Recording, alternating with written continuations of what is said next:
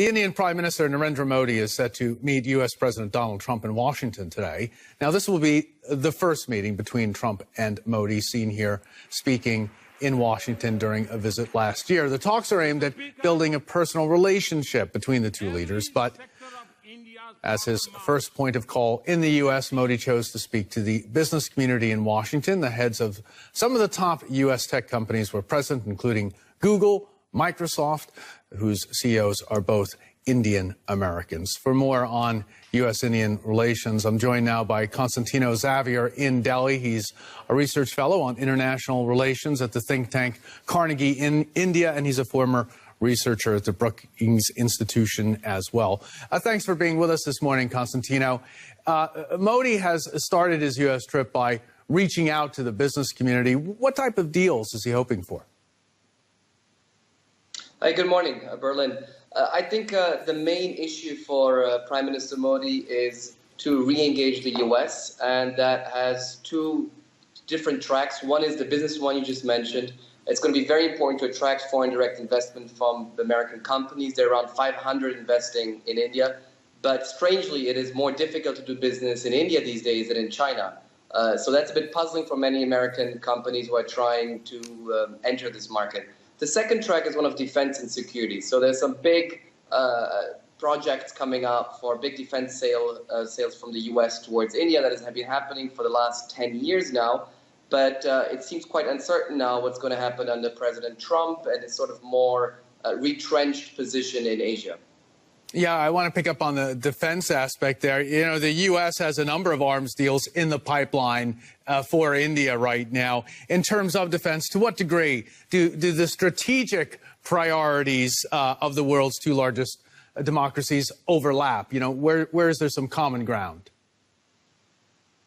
There's been a lot of common ground over the last 10 years, and it's been a revolutionary relationship. In 2005, India and the U.S. signed a nuclear cooperation agreement, which opened up an exception for India to trade in commercial nuclear items. And that's for the last 10 years has gotten, a lot of the Indians used to have the backup of the Americans pushing, trying to support India's military modernization, trying to India do more in the Indian Ocean, beyond its region in terms of its navy. And that has come to a halt with President Trump. So that's created some uncertainty, some concerns in India, and that's why this trip is so important. We have the Prime Minister of India, who's been in power for 3 years now, had an excellent relationship with President Obama, trying to come to Washington, meet President Trump, and I'm going to ask him, what role do you see for us in Asia? Do we need to continue playing this game? Do you want us as a strategic partner? Do you want us to play an important role in containing China, which is becoming more hostile and aggressive in the South China Sea? So that's going to be the question coming up from the Indians towards the United States. Okay, briefly, if you could, Constantino, what about Trump's America First policy? Could that get in the way?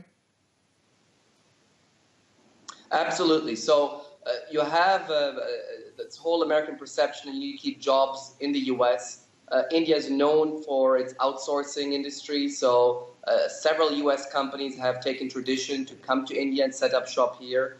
You have in India also a very similar slogan by Prime Minister Modi called Make in India, trying to start and boost the manufacturing industry in India. So both of those are in clash. So you have an America First coming out from the White House, and you have a sort of a Make in India and India First coming up from India. And that's going to be very interesting to see how that plays out, because the U.S. has an interest in greater relations with India, but the uncertainty under Trump is catching a lot of people off guard.